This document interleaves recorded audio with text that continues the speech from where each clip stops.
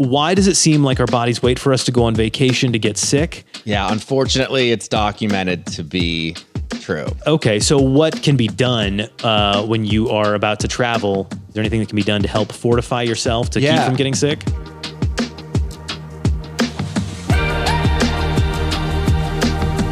This is Generation Health. We bring you the latest in news, cutting-edge research, and time-tested best practices. Got a lot of things happening on this episode. We're going to jump all over the place, and I won't keep you waiting. Here we go. Joey, we have a question from a listener. This one is from Jason. Jason emailed this to us. He emailed it to questions@askjoedimatteo.com. You can do the same thing. Email us questions at askjoedimatteo.com. That's the email address. Anyway, now that I've said that, I have to make sure I do the plug. Jason wanted to know, why does it seem like our bodies wait for us to go on vacation to get sick? Is this just my imagination? Boy, that sounds like a personal experience right there. I know I've experienced that. Yeah, unfortunately, it's documented to be true. Has it really? Yes. Okay, so what is going on? Why is that? And first of all, we're not talking about going to some exotic country and water. We're talking just good old traveling around, pretty close, pretty routine, and I'm getting the bug. I'm getting a little cold, I got a little flu, stomach bug, that kind of thing. So why does that occur? Like so many things, it's a combination of various factors. Obviously, the travel itself, particularly airplane, if you're traveling by air. Yep. The crowds, the surfaces in an airport are critical. Also, the for a lot of people, travel itself is stressful. Yeah. So we think of it as travel, as relaxation, vacation, but that's not what it is for all people in all times. Yeah. So the break in routine itself, on top of the stresses that can occur, stimulates release of cortisol, which can then weaken your immune system. Okay. Also, you're traveling to other areas, which whether by car or by air travel, there's other pathogens. There are certain pathogens that are affecting certain regions and being passed along. So maybe you're immune or you're less susceptible to the ones in your area. Now you go somewhere else. You've traveled halfway across the country or even just a state over, and they've got a different set of them there. And now your body would need to be able to adjust and account for that. So, and the other thing that I think is important with the regional variations are allergens. Because we think about getting sick, we're talking about really also just not feeling good. And whether it's pollen or whatever the case may be, you've got a significant difference in air contaminants and air things that can bother you. Yeah, anybody that's new to Tennessee, especially Middle Tennessee, has experienced that. We have an allergy season that's second to none. That makes sense. Okay, so what can be done when you are about to travel? Is there anything that can be done to help fortify yourself to keep from getting sick? I think number one, like we talk about so often, is lifestyle is the basics. What happens a lot of times, speaking in general, when people go on vacation, they're staying up later, maybe or getting up earlier. Their sleep routine's broken. They're often sleeping worse. Alcohol is a significant part of a lot of people's travel and vacation. Alcohol directly decreases the immune system, has a negative effect. Also can affect stress levels and cortisol. And sleep. Yes, and sleep and the quality of sleep, REM sleep, exactly. Poor diet choices, everything from the extreme, tap water in a hotel, potentially depending on where you are, to you're not eating maybe your fruits and vegetables as much. You're kind of pigging out. You're eating very inflammatory foods. Sure. You're putting more stress on your body, especially again, if it's outside of routine. So all of these things can contribute. Hydration is critical as well, especially again, if you're traveling by air. Airplanes themselves, due to low humidity in the cabin and also low oxygen pressure, cause dehydration. Literally, water gets pulled from skin and lungs and aids in the process of dehydrating you, not to mention the alcohol, dietary, routine breaking, access to water, all those things. Yep. So if you can stay hydrated, it's absolutely key to a properly functioning immune system. Okay. So the basics, though, it's not groundbreaking stuff, but wash your hands, especially in the airport, as many times as you can within reason. Honestly, that's going to be number one in terms of the airport and airplane itself. Yep. We discussed staying hydrated, but also regarding climates, warm clothes. Different climates, one degree reading may feel a little different where you live versus where you're going. So you may just maybe just err on the side of having some warmer items even than you think based on the degrees or what's kind of is known about that area. Sure. And just make sure that you're not having the climate temperature change affect your immune system. If you exercise, which I hope you do, keep that routine. Again, a lot of this that we're talking about is routine breaking and this change and shock to the system. So if you exercise, keep exercising. Exercise has been shown to be positive and to help stimulate the immune system. Absolutely. And then alcohol intake and diet are going to be key here as well. Makes sense. Okay, lots of lifestyle stuff. Anything supplementation-wise that should be taken into account? Yeah, for a routine short trip is what we're talking about here. I would take Flora Essentials, Saccharomyces boulardii. That can help to prevent if it's something you're susceptible to, and also to shorten the duration and treat traveler's diarrhea. Okay. That's again, they call it traveler's diarrhea for a reason. Yeah. But any of the stomach bugs, even the colds and things like that, when you can help to rebalance your gut microbiome, you're at least giving your body the best chance to have the proper immune functioning moving forward to help fight that off. It's not going to cure or prevent 100%, but you're giving your body the tools. Okay. Flora Essentials. Anything else?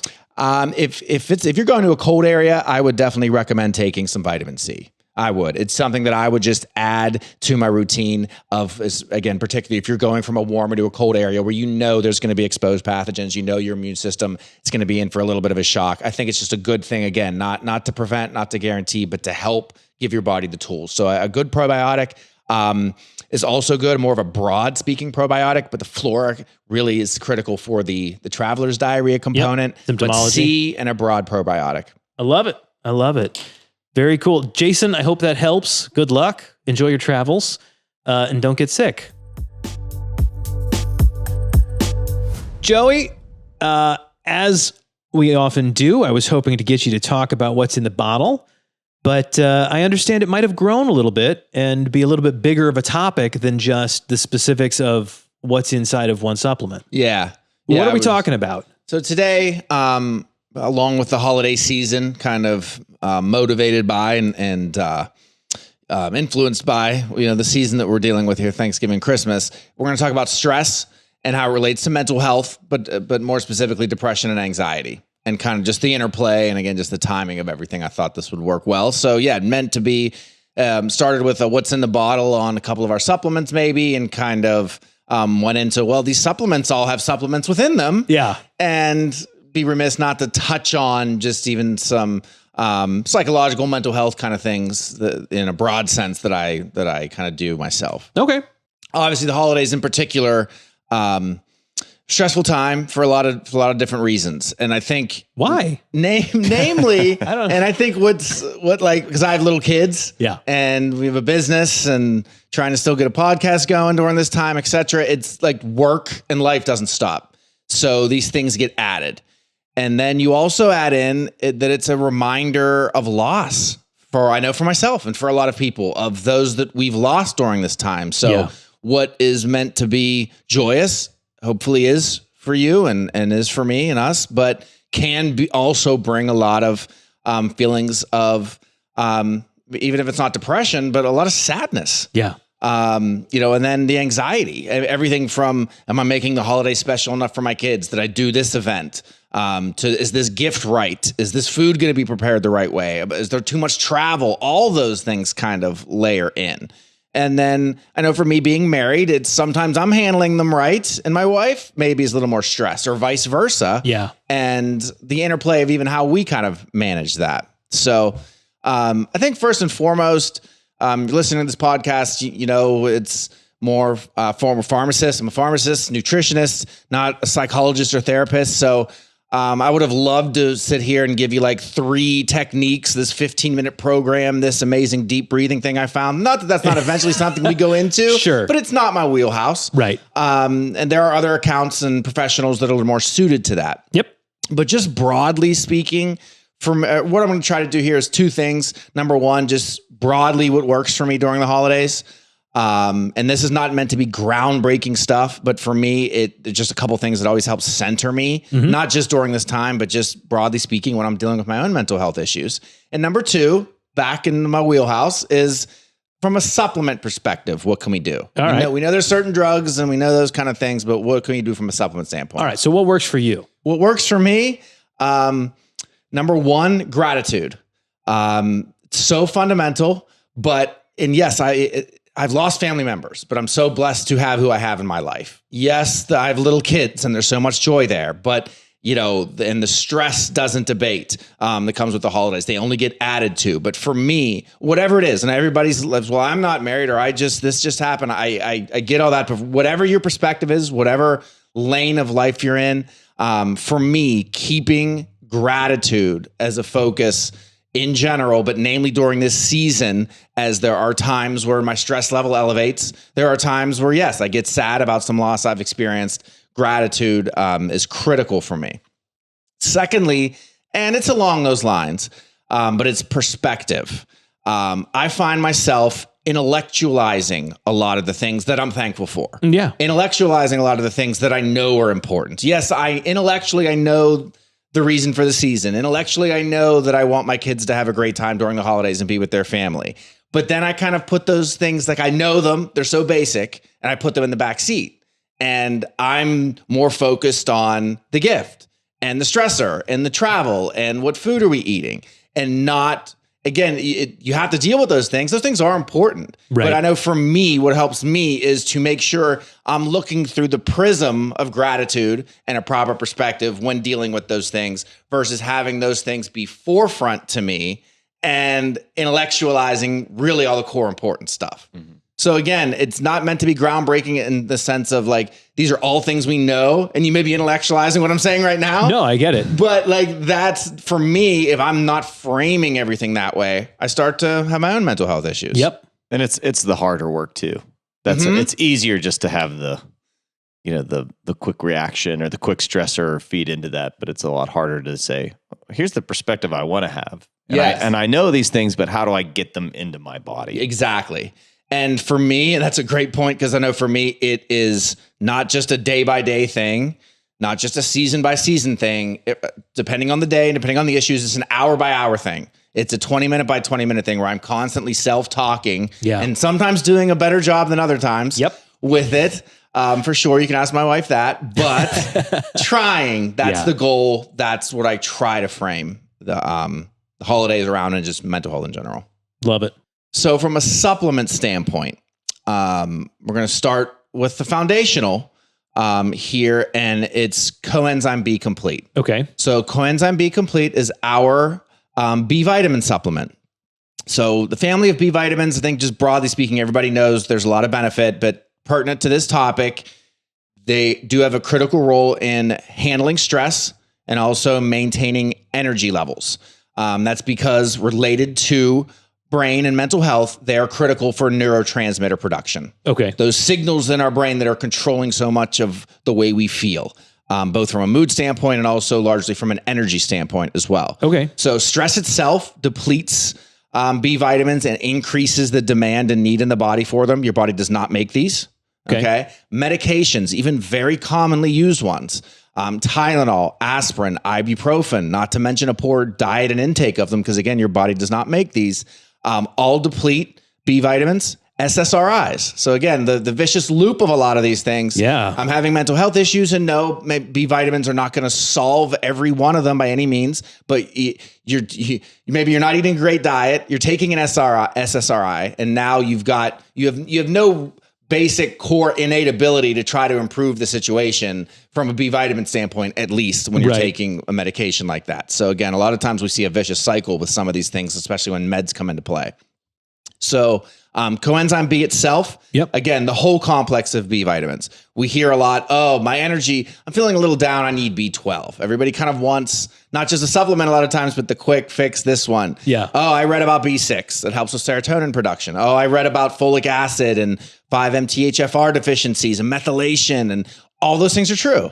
But they all have a synergistic and an interplay with each other, that if you're just plucking out the one supplement because you read a great, hopefully and probably factual article about the benefit of that ingredient, you're missing the boat potentially. So the most fundamental thing to say about CoEnzyme B Complete is that it's complete. Complete. Yes. Yeah. Okay. So Outside of, you can have a documented deficiency for B12. Again, the key thing is the synergistic effect. Synergy, just meaning that the broad benefit and the overall benefit is greater than the sum of the parts, than adding up the individual parts. Yep. So you say, hey, all right, that makes sense. I've got the whole family of B vitamins. But I walk into a grocery store and I see a whole lot of those too. And I feel like a broken record in some of these. For a lot of people, that is just fine. You're just you don't have major issues. You don't have any genetic issues. You don't have any, heavy metal burden, detoxification issues. That may be just fine for you. But what makes ours different? Why is this? Yes, more money. Why is this different? Why are some of those? Yeah, I see B6. Why does it look different? I see B12 on yours. It's a little, what's the wording different? That's what's critical here. That's what the difference is. So on a vitamin like B6, like riboflavin, like thiamine, it's the same one that's in both of those. Why? Because there's not enough research to justify a different form, a fancier version, a more modern version at this point. However, for folate or folic acid and for B12, there is science behind that. There is research. Ours are different forms. So ours isn't just the basic folic acid. And again, that may just be fine for you, but ours is the 5-methyl tetrahydrofolate, 5-MTHF. So that is the active form that your body uses. Your body can't use folic acid. It needs to convert it. That is the form where when you say, well, I get mine from fruits and vegetables, and that's great. That's foundational. That's the form it's in. It's not folic acid in your spinach. It is 5-MTHF. So again, your body does not need to convert that. For the average person, for most people, it converts it well. It's not a problem. But for genetic reasons, things we've talked about, stress, medications, all those reasons, methylation issues, which can be genetic, you do not convert it very well. So it may be you, it may not be you, but that's why that's in there. That's why it is superior relative to what is in a grocery store version. Yep. So B12, similar concept, is methylcobalamin. You're typically going to see cyanocobalamin. And not getting into the cyano and cyanide and all that stuff. That's not valid here. That gets a click. That's not valid here. What is valid is some people, again, don't methylate the cyanocobalamin because methylcobalamin is what's in food. It's what's your body needs. It's what's actually going to work when it's in your body. Makes sense. Okay. All right. Are there other Bs? There are other Bs. They are important. B6, namely to help convert 5-HTP, which is, it comes from tryptophan as well, an amino acid that converts into serotonin, pantothenic acid. They all have some play with neurotransmitters. But again, to me here, the key is what's the difference between this and what you could see on the store, in a grocery store or whatever the case may be. It's the methylated forms of the folate and the B12. They're all important though. Got it. Okay. All right. So we've got the CoEnzyme B Complete. What else? So next we'll go into mood essentials. It's probably been now over a decade that we've recommended it. We've named it as such, called Mood Essentials. It is an excellent product. It's an active form of SAMe, S-adenosylmethionine, that you may hear about or look up when you're reading about, if you just broadly Google supplements for anxiety and depression. Right. It is the active form. It functions as a methyl donor. So when we get back to a lot of this methylation concept, of activating these nutrients in our body, of producing neurotransmitters, methylation plays a key role in that, as well as the detoxification, but in terms of what we're talking about today. So it is a methyl donor. There's also some glycerin in there, magnesium alloaspartate, which is a calming form of magnesium to the brain. It is a very good product. We've recommended it for years. We also have Mood Essentials Advanced. That, in terms of the recent research, in terms of how comprehensive it is and all the different areas of neurotransmitter production that it hits, it is much better designed, much more comprehensive, much more up-to-date, I would say. It would be the number one supplement that I would recommend outside of just covering your bases with CoEnzyme B. It would be the number one pure mood supplement that I would recommend. This is a comprehensive product.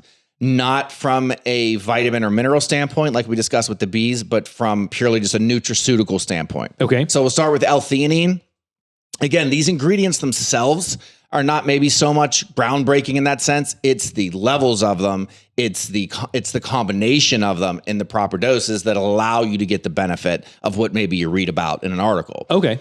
So L-theanine is interesting because it has a chemical structure similar to glutamate.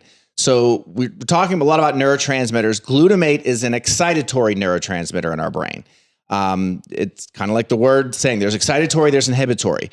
Excitatory neurotransmitters are not inherently bad.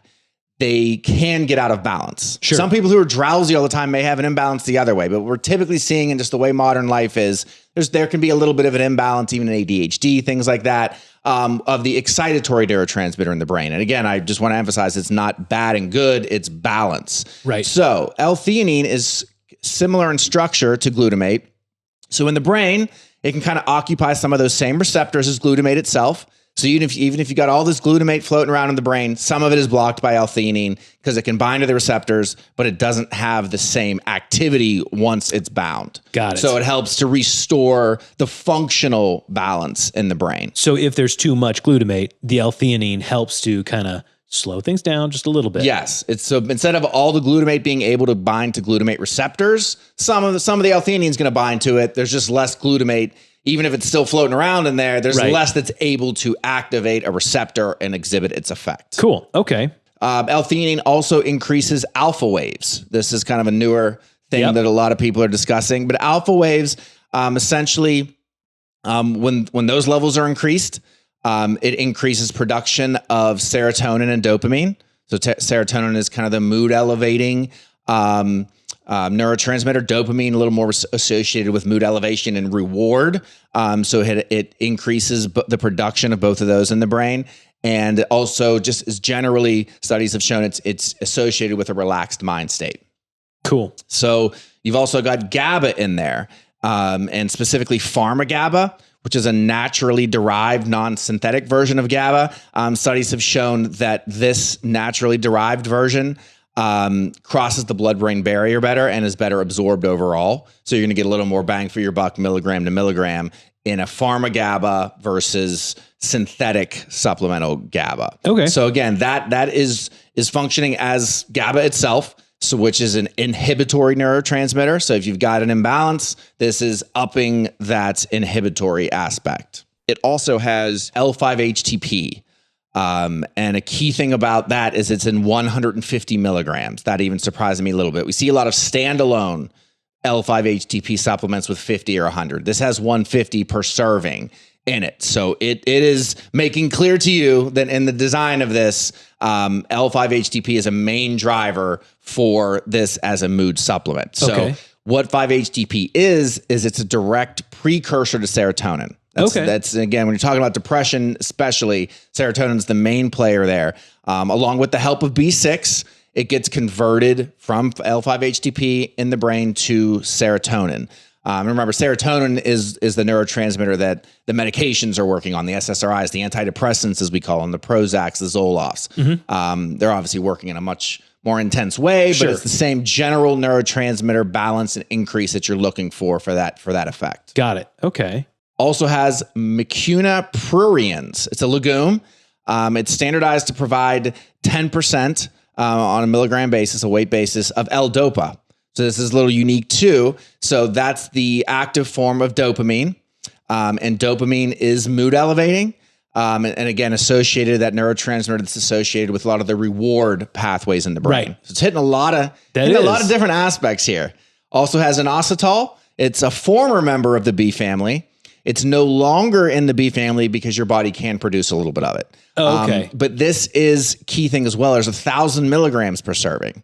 So again, supplements in general, but especially combo supplements, you see so much, they're almost like checking a box. See, I've heard this ingredient is good, we got it. This ingredient's good, we got it. Well, the study on it is showing it needs to be 150 milligrams or 1,000 milligrams. Right. You got 50 in there, you've got 150 instead of 1,000. You're not checking that box. It's in there. It looks good on the label. It's not going to functionally produce that effect for you. Got it. Also, it does just kind of cover the bases, B vitamins, a little bit of magnesium, just to make sure there's not a deficiency there. You wouldn't be doubling up on therapeutic effects. It's just covering bases. It's a good design to say, hey, yeah, we're giving you these other nutrients, but if you're purely deficient in B6, we're going to have some issues relative to getting that 5-HTP to actually convert, to actually work. So it's in there just at a basic level. Makes sense. Okay. Kind of going to get to where things overlap a little bit, anxiety and depression. Okay. Especially when we're talking about stress. Because these function in different ways neurologically. Anxiety and depression need different things a lot of times, but there is also overlap. Exactly. And that's where it can get a little muddy. But Mood Essentials Advanced is designed for? Primarily for mood elevation. Okay. So again, you could look at that just like you were saying and say, well, there's 5-HTP in there. There's Gaba. Those things are good for anxiety. Yes, there is overlap. At the end of the day, no matter what you say a product is for, it's working on a certain neurotransmitter, a certain pathway in the brain. So whatever that pathway or neurotransmitter is involved in, it's going to have effect there. Got it. It's just what is extra, what is missing, that can then allow you to get a little more specific. Okay. So then you were going into the overlap. The overlap. Again, there's just... whether it's the medications with SSRIs, antidepressants, those are also first line for anxiety. So when you're looking at some of these, there's overlap there. So if you are somebody dealing with persistent anxiety, you would probably want to go in a little different direction because your focus is more on that inhibitory excitatory balance, less so much maybe on 5-HTP. You don't really need the L-DOPA. Mood generally is okay. You're just very anxious, so we don't want to have that in there. Right. The L-DOPA can be a little stimulating, so it potentially could even go the other way where it could be a negative effect. Got it. Everybody's going to be a little individualized here because we are not all cookie cutter. Yeah, I have bad anxiety, but I have some mood issues sometimes. Maybe I swear I have a little bit of ADHD. So how do you balance those things? Talk to somebody, talk to us, garner as much information as you can from what I'm providing, make the best decision for yourself. Right. Okay. So again, Kalm Day, as the name implies, this is the anxiety one, and that is specific with to a anxiety. K, with correct? a K, yeah. Yeah. Fancy on that one. Because we wanted to confuse people. Yes. So if you're dealing with depression, Kalm Day is not for you. This is primarily a Gaba supplement. Okay. Just in a background sense, Gaba is the neurotransmitter, the primary calming one in the brain that anti-anxiety specific drugs like Xanax work on. Again, they're doing it with a sledgehammer. This is doing it with a small little hammer, but it's the general concept is that's what it's doing.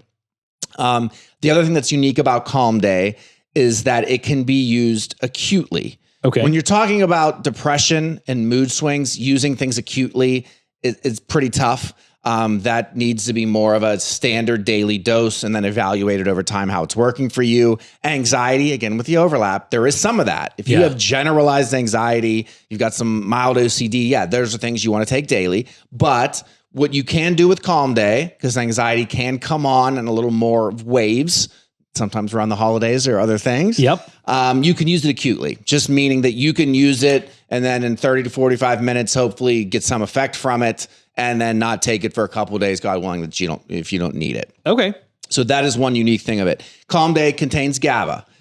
It contains 500 milligrams of GABA versus 100 that's in Mood Essentials Advanced. So again, look at the focus here. It also has some L-theanine for all the reasons we described already. It also has glycine calming to the brain.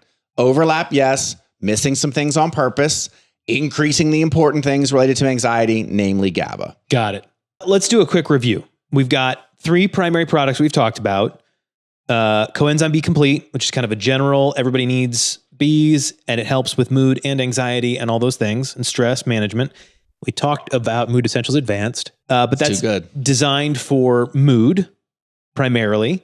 And we talked about Kalm Day, which is designed primarily for anxiety. Yes. Lots of overlap, lots of similar elements within them, but the amounts and the things that are missing are all done on purpose to aim them at specific anxiety or mood elevation or just general purpose, right? Exactly. Okay. Yeah, you summed it up well. So who is using which and how much and how does that work? Yeah, so we can kind of start with CoEnzyme B would be for both. equally for the same reasons, not more important in one or the other. Okay. And the dosing on that I would recommend is 1 or 2 in the morning. And then you can add in 1 or 2 in the afternoon. It's up to you. Bees for some people can be a little stimulating. That's why, especially in these therapeutic doses, not because there's a little bit of bee in your essential sleep. Right. We're talking therapeutic doses. Yeah. So just watch that. That's why I said morning and afternoon versus morning and evening or morning and bed. Got it. And so that's everybody. That's for everybody. Yes. Mood Essentials, still a good product that we've used for years. It's still different. It's an L-methionine product, so it is different. 2 a day in the morning minimum, 2 twice a day ideally. Got it. Okay. And then if you're dealing with anxiety spectrum, it's just, hey, yes, it comes in waves. We're all, all of our lives and days are functioning differently, but if you know it's not so much a depression issue, it's a anxiety issue, I would do the Kalm Day in addition to the CoEnzyme B, of course, and potentially with Mood Essentials. But stay away from Mood Essentials Advanced. Particularly because some of the things in there can be like the L-Dopa, the mucuna can be a little bit stimulating. Sure. So if you're using it and you've got more of a general 2 a day in the morning minimum, and it does need to be 2. So 2 in the morning minimum, 2 twice a day if you do deal with a very generalized anxiety, or you can just do 2 in the morning and then use 1 or 2 acutely, like we talked about. That's a critical thing with Kalm Day, that you can effectively do it that way. That's cool. That's very cool. Mood Essentials Advanced. Definitely for the depression end of the spectrum. Definitely. 4 a day in the morning. 4 a day. Yes. And it's because of that big long diatribe I went on about all that's in there and about how high the doses are because they're therapeutic. This is where it stings a little bit. Yeah. Is that you do need to do 4 a day. If you want to split it up and do 2 and 2, and honestly, if you're dealing with a little more severe case or you're just really trying to figure this thing out, 4 and 2 could be done as well, up to 6 a day. Okay. The overlap is where it does get a little hairy. And again, I think a lot of people with anxiety do have some serotonin issues, which can lead to potentially some depression issues. We're all different. So Yeah. I'm saying if you are clearly in the anxiety boat, Stick with Kalm Day. if you have overlap, comfortably, Use the Mood Essentials Advanced. and then the Kalm Day would move purely into the acute status. So you'd be taking Mood Essentials Advanced. 4 a day, and then Kalm Day as needed. Whereas somebody with the generalized anxiety kind of alone, we'll say, is taking Kalm Day standing order. Okay. All right. Man, that is fantastic. I love the clarity. I love that division. I've never understood all the differences and why we had so many. That makes so much sense. Thank you. This will help have a calmer holiday season next time at the very least. Well, that is it for us today. I hope you have learned half as much as I have because I feel much smarter now. If you are curious about any of the supplements that we mentioned, go check those out on our website. That is askjoedimatteo.com, askjoedimatteo.com. That is also where you can sign up for our newsletter. You can find past episodes of this show or the show that started all this, the Ask Joe DiMatteo show. All there on the website, newly redone. It's delightful. You should come check it out. AskJoeDiMatteo.com. If you have any questions, email them. questions@AskJoeDiMatteo.com. You can leave comments on the videos. We love those.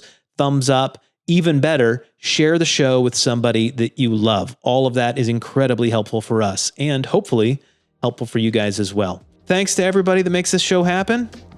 That's Joey DiMatteo. That's Josiah Schweinberg. I'm Tyler Andrews. Have a great week.